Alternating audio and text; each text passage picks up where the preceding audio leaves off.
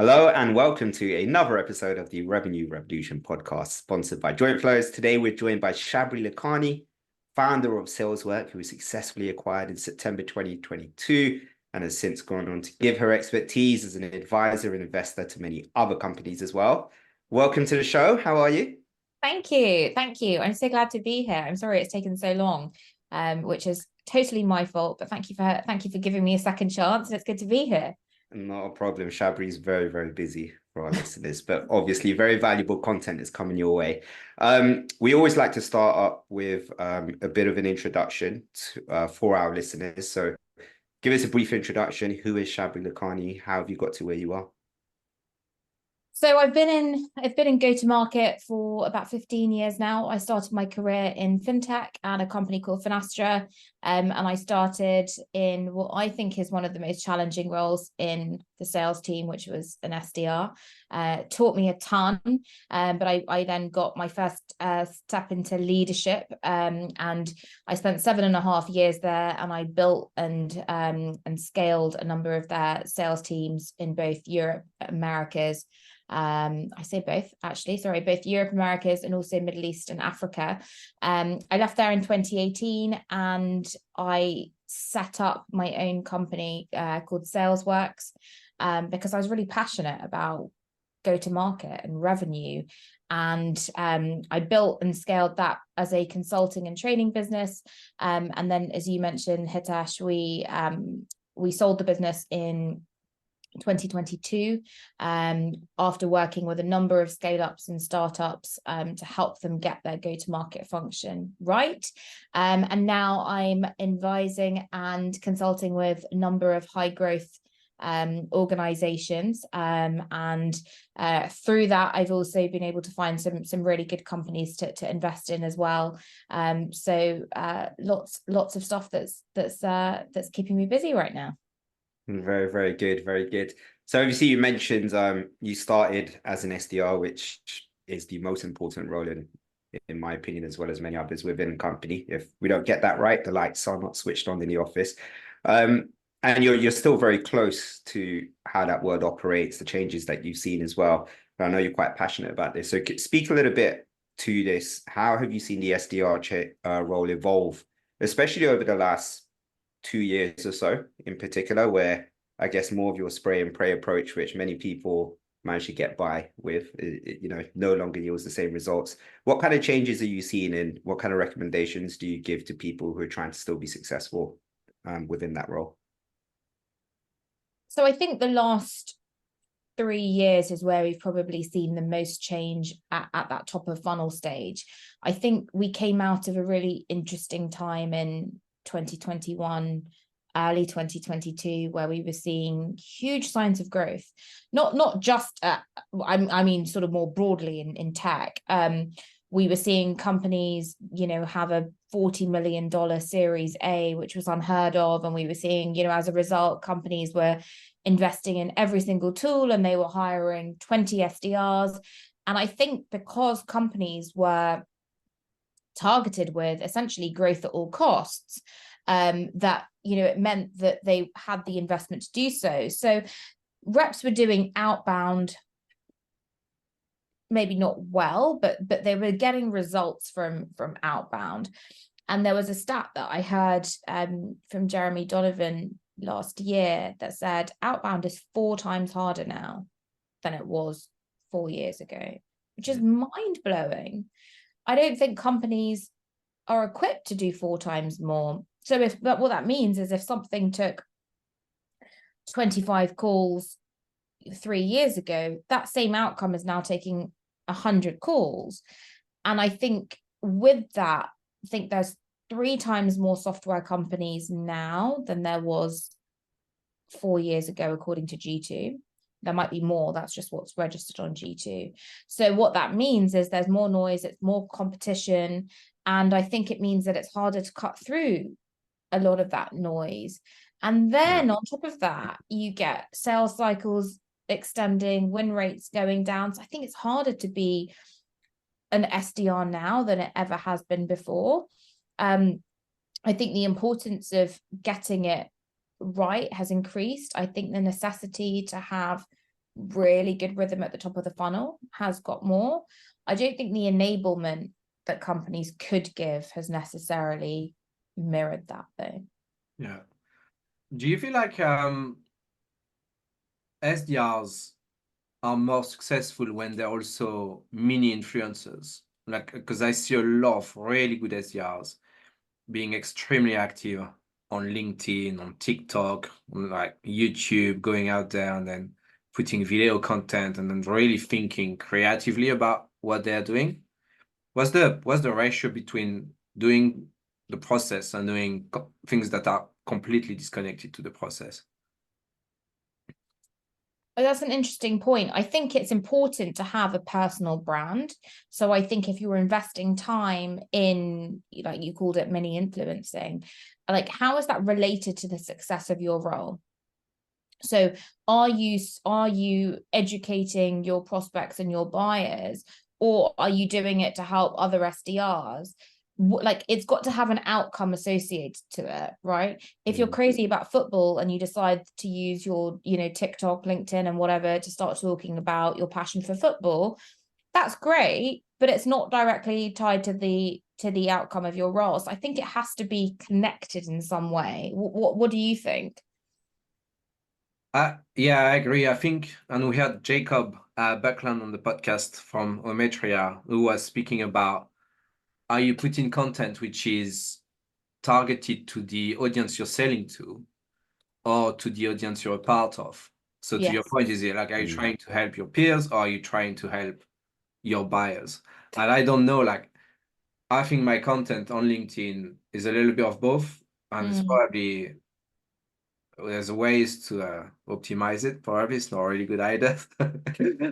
Most of the time I'm just trying to be a little bit controversial, if I'm honest. But I don't know, like, what do you feel works the best? Do you feel you should keep on that thread of working for your peers and advising your peers, or do you feel like you should keep on the expertise aspect, trying to create content for your buyers?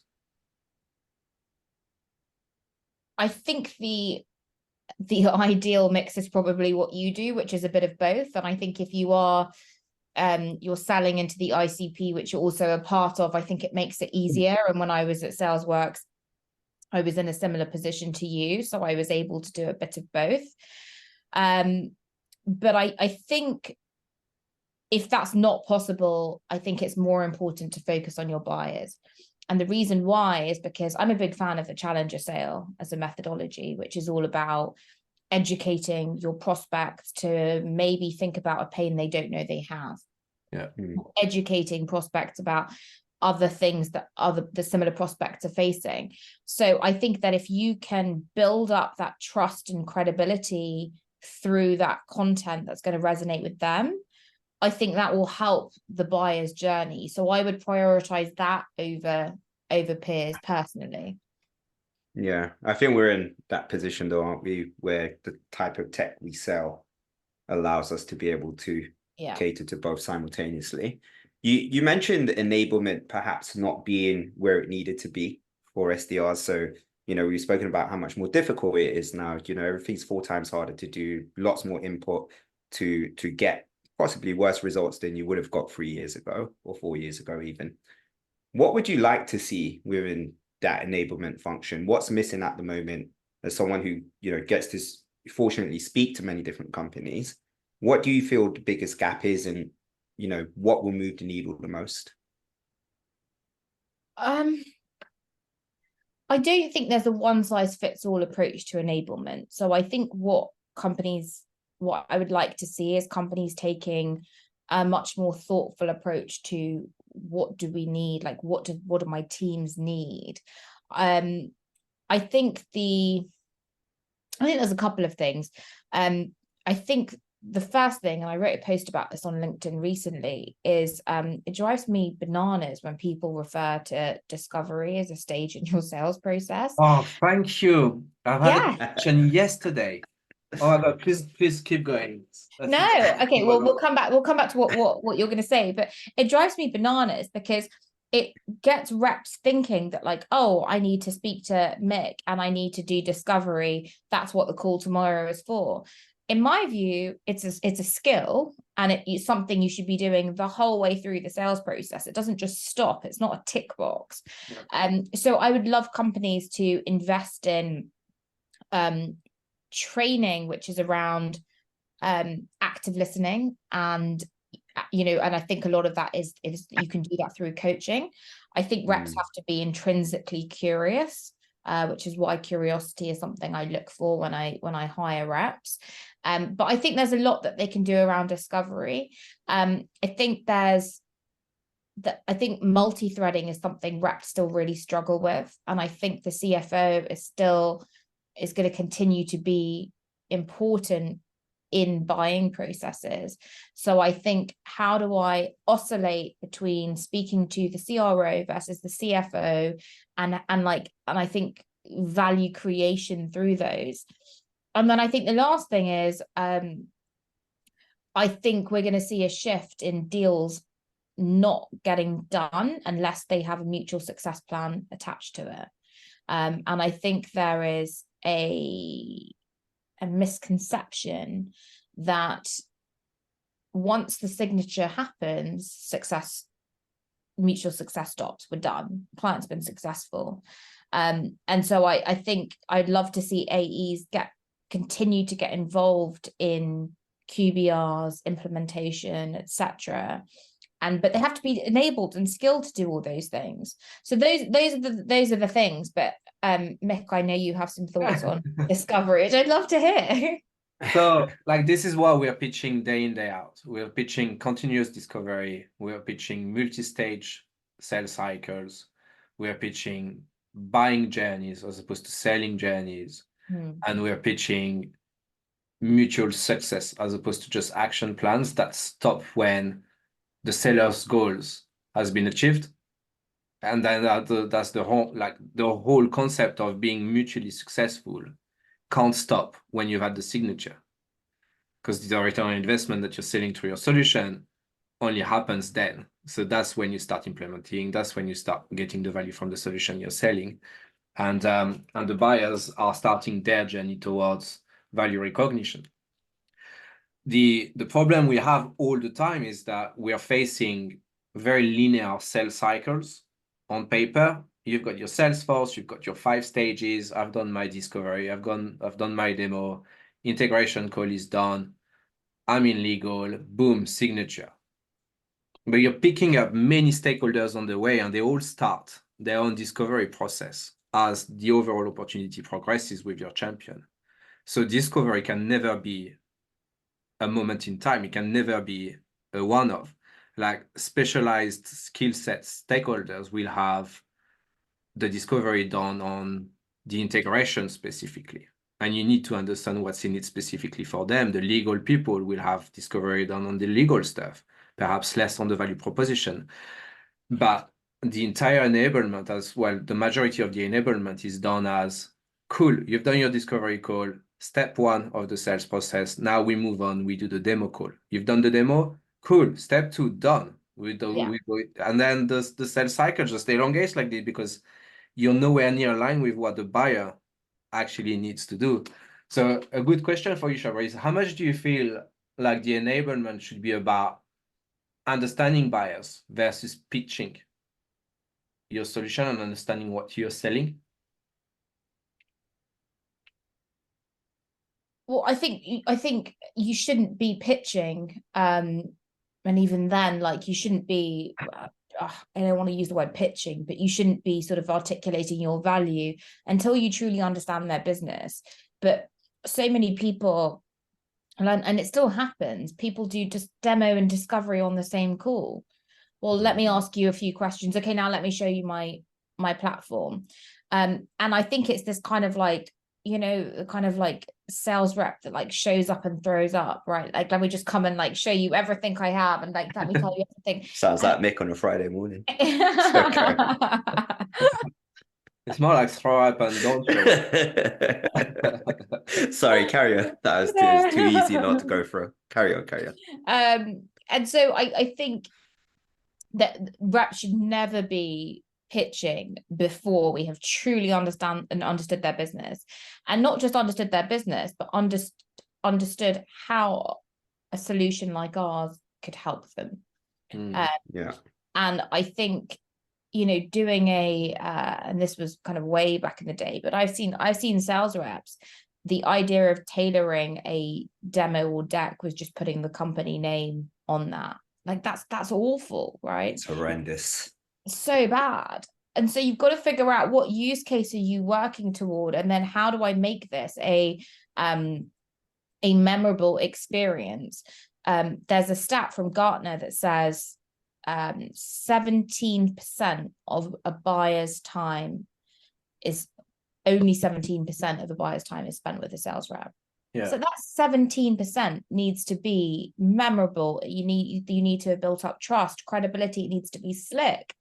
And so I think I think that's where those companies can do a lot better job at helping them really, really nail that 17%. Yeah, absolutely. We spoke about, or we've touched on multiple stakeholders, or Mick did. You mentioned multi-threading as well, and the two kind of go hand in hand. And I agree with what you're saying. We don't see many reps do it successfully. Why do you think that is? How do you bring the two together? The ability to be able to manage a deal with multiple stakeholders, ensuring everybody gets what they need out of the deal, or out of the process even, sorry. Along with the ability to be able to continue that multi-threading with different topics with these individuals. I think because it was easier to sell a few years ago, like I could, you know, maybe Hitesh, I could just sell to you, right? If I sold to you now, you want to bring a Mick, you might want to bring in some reps or whatever that might be. And so I think reps have got to get used to having multiple execs in a process. I think the reason it's difficult is because I think some reps struggle with, well, how do I oscillate between talking to the CFO and then taking that to the CRO, and then the CRO and then the CEO says something different, and then they ask me to speak to their reps. And I think it's not like a linear process, right? It goes up and down and backwards and forwards and down and back. And I think patience. I think it comes down to patience. Like, how patient is a rep willing to be to stick out with these longer sales cycles, and, you know, maybe have a 0 quarter if you're selling an enterprise, or whatever that might be. I think at least I think patience is a big part of it, but I'm curious to know what you think and what you're seeing as well. Yeah, I agree. I think patience is a big part of it. I think a huge portion of it is also deal management as well. Yeah. So very different to like sales methodology, for example, you know, being able to put the correct pieces together to form the picture, the whole picture in its completeness. You know, that's the CFO's interest is this and this. The CRO needs to see this and this. This is the order in which it needs to happen. These are the people we need to speak to. This is who I keep up to date at all times. How do you work with your champion? There's so many different skills that are required now to manage a deal effectively, from the point of, you know, yeah, there's an opportunity here to prove value, to solve a problem for you, to the point of, all right, let's get the paperwork signed and let's get to the point of value where we're actually going to start solving that for you. So it's, for me, a huge part of it is combined with patience, but also deal management as well. Yeah, I think you're spot on. I think that discipline that's in that deal management. I think you have to be process orientated and structured to go through that. I mean, I remember when I started at Finastra, there was a ton of lone wolf salespeople who would just basically sell based on relationships. I don't think you can don't think you can do that anymore. I think it's far too complex. So I agree with you. I think that's a good addition. Yeah. And we speak a lot about enabling AEs and enabling field salespeople.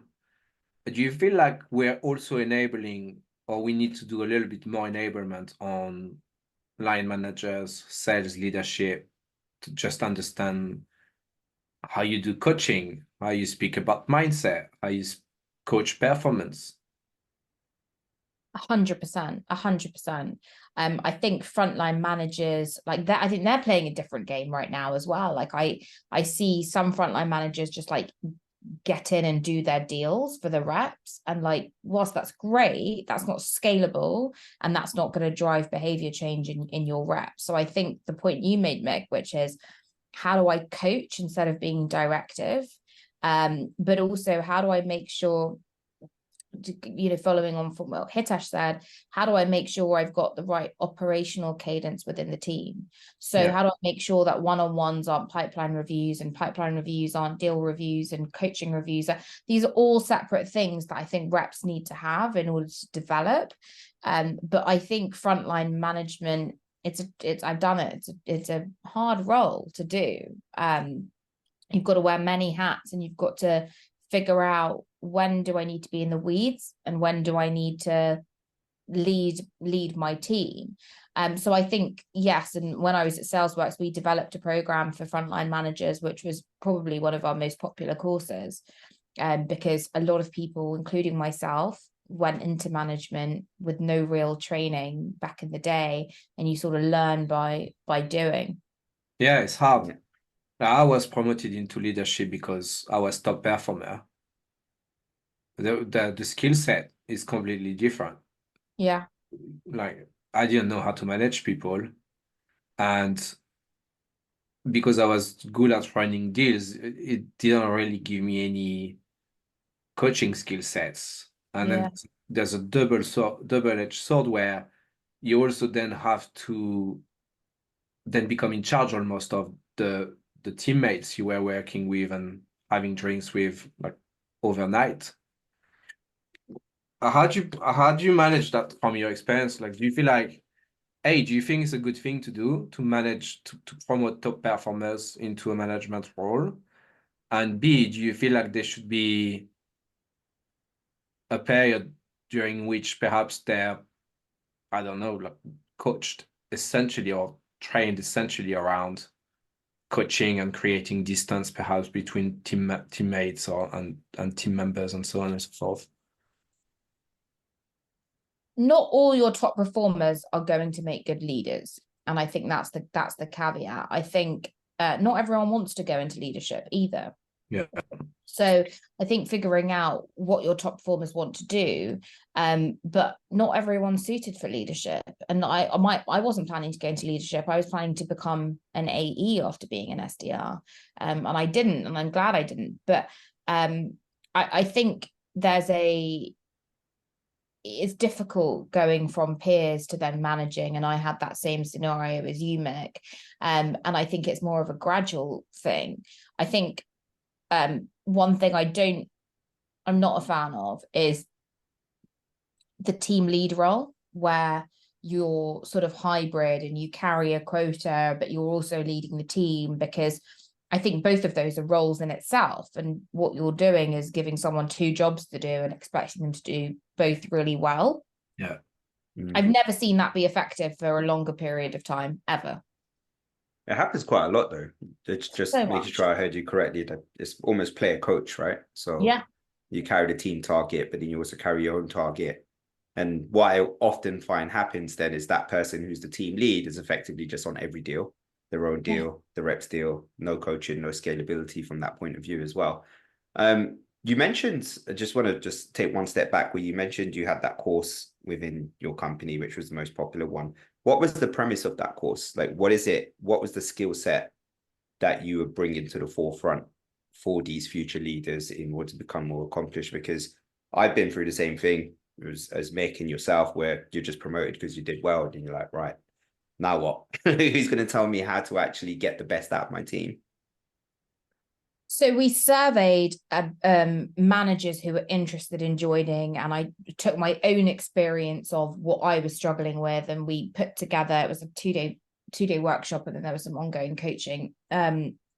So if I think back to what we covered situational leadership, which, Mick mentioned earlier, of like how do you coach someone, and when do you need to be directive versus when can you delegate versus when do you coach?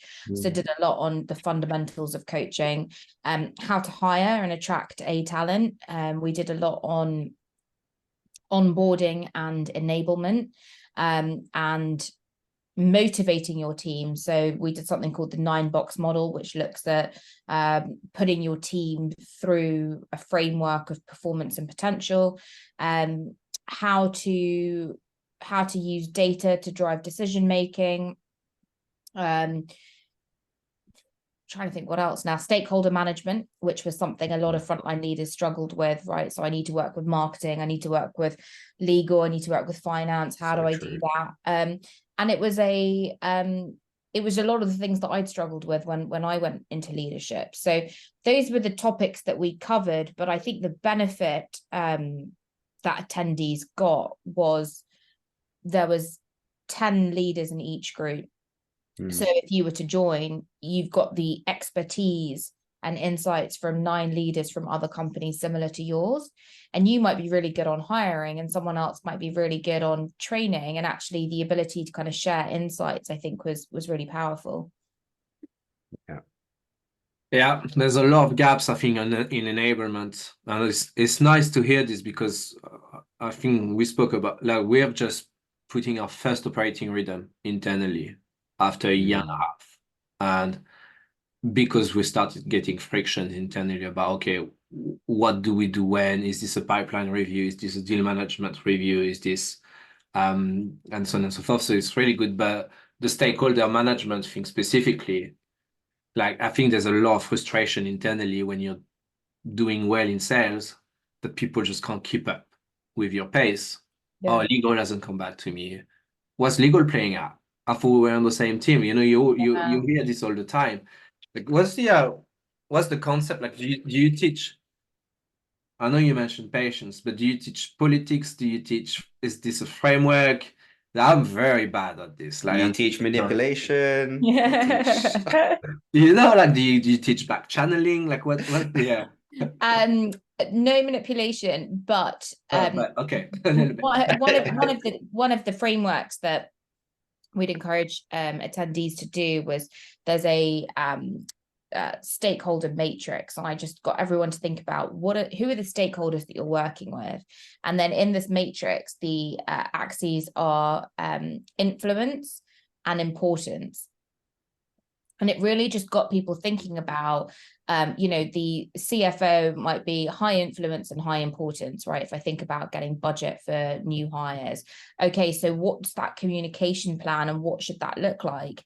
And, this, digital marketing manager is low influence and low importance. No disrespect to that individual, but for my role, well, why are you having a weekly one-on-one with them? So actually just getting people to think about how much time am I spending with them versus how important are they? What influence do they have on my team? And actually it sparked some really interesting ideas about what could I be doing differently? Who's in my one-on-ones? Who do I need to be sending an update to on my team and things like that? Yeah, I feel like there's so much room for improvement wherever I've seen at any company in terms of the amount of internal meetings people have. Yeah. It's just ridiculous. Like, I've been parts of, periods of time where I just spent a huge disproportionate amount of time in internal meetings, which I didn't necessarily even have valuable input for. I was just there. It just made absolutely no sense at all. It drives me bonkers. And I think that even from our own experience at Joint Flows, I think sometimes we find it difficult to unblur the lines between what that meeting is for. We get dragged in different directions just based on the topic that we're focusing on as well. I mean, he says that he called me 15 times today to discuss. 15 individual calls had from it. Hey, can we speak about this? Can we speak about that? I'm in a relationship here. Just move on. I've got things to do, including the business. Yeah, well, small team in that. SDR to AE, let's talk about that a little bit. Similar concepts going from like top AE to manager. Most SDRs that I know of, their ambition is to go into an AE role, similar to you said that was your ambition initially as well. What do you feel, or what do you see as being the biggest gap in skill set from an SDR to an AE, and what's the best way to bridge that? Oh, good question. I think the skill gaps are about manage some of the things that we talked about. So how to manage multi-threading, how to manage multi-stage, how to manage deal management, all that sort of stuff. And I think that companies could get exposure and experience to those bits that we talked about before that promotion actually happens. And then how do you ensure you're setting your reps up for success? So if someone becomes an AE at the start of Q3, they don't get a full quota, right? So what are you doing as a company to help them ramp for that? Not just from a target perspective, but also from a skill development perspective. Buddy them up with someone, make sure that their frontline manager has got enough bandwidth to be coaching. I spoke to a company recently and they said, we're going to pause on implementing MEDPIC. And I said, okay, what are you hoping happens, whilst you pause? And like, my frontline managers don't have any bandwidth to help implementation. And I said, what are your frontline managers spending their time doing mostly? Getting involved in deals or closing them. I was like, well, that's a problem, because that's like, what are you doing to address that? What are you doing? What do you think is going to be different next quarter? And so what the point I'm making there is like making sure that whoever is going to be managing that individual has got the time and know-how how to coach them. Yeah. I've got a question which is unrelated, and I don't know how you're doing for time, Shabri. If you've got another 10 minutes, is that cool? Yeah, that's fine. Yeah. Cool. You're seeing a lot of startups now, and you're getting involved with different companies through investments and perhaps a little bit of advisory as well. What's the common theme between early days successful companies versus those that are on a very tricky trajectory? Good question, Nick. Yeah, really good question. Well, I've done this, not my first podcast, guys. I think the founding team is a big part of it, right? So I think you're looking at, who is essentially steering the ship. And there are other sort of product and market related things. So, product market fit, what's the competitive landscape like in that area and things like that. But I think early stage, I think it's looking at I think UHubs is a great example of this, and hopefully Matt won't mind me sharing his name here, but I've known Matt for a few years now. And I think what they have done well is they haven't tried to boil the ocean with everything immediately. They've focused on like doing one thing well, and then from there, like letting that grow. I remember when they first hired SDRs, because they came to our workshop, Matt came to my leadership workshop. And actually, I think they've got a really, really good, because they're in that space, they're really keen on enabling. Like, I know Matt would sit and listen to his team's calls on a Friday afternoon. Not a lot of CEOs do that. I mean, Mick, you might do that, but like not a lot of CEOs do that. And so I think their passion for like developing A players, I think, is commendable. And I think that's part of why they're successful and why they're doing well. But I think their focus is the other part of that. Yeah, we love Matt, by the way. A lot of respect for him. Yeah. He's great. Cool. So I do think we're just about out of time, unfortunately. Flew by, but we do have a wrap-up question, which we always ask. So get ready to look to the sky while you think about the answer, like 100% of our guests do. So for your whole career to date, what is your best memory and why? Should look up to the sky. Should look down. Still looking. Yeah, I look down. My best memory.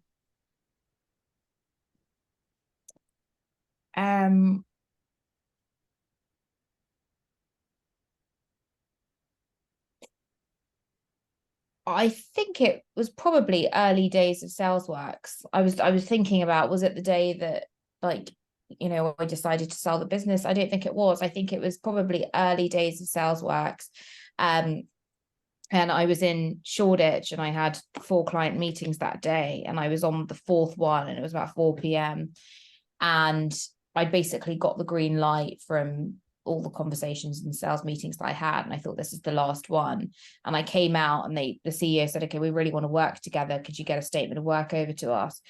And I think there was that moment. It was only sort of 6 months in, and I think the feeling that I had was, I think I'm really building something here. I think I'm really building something that's valuable. I think I found product market fit.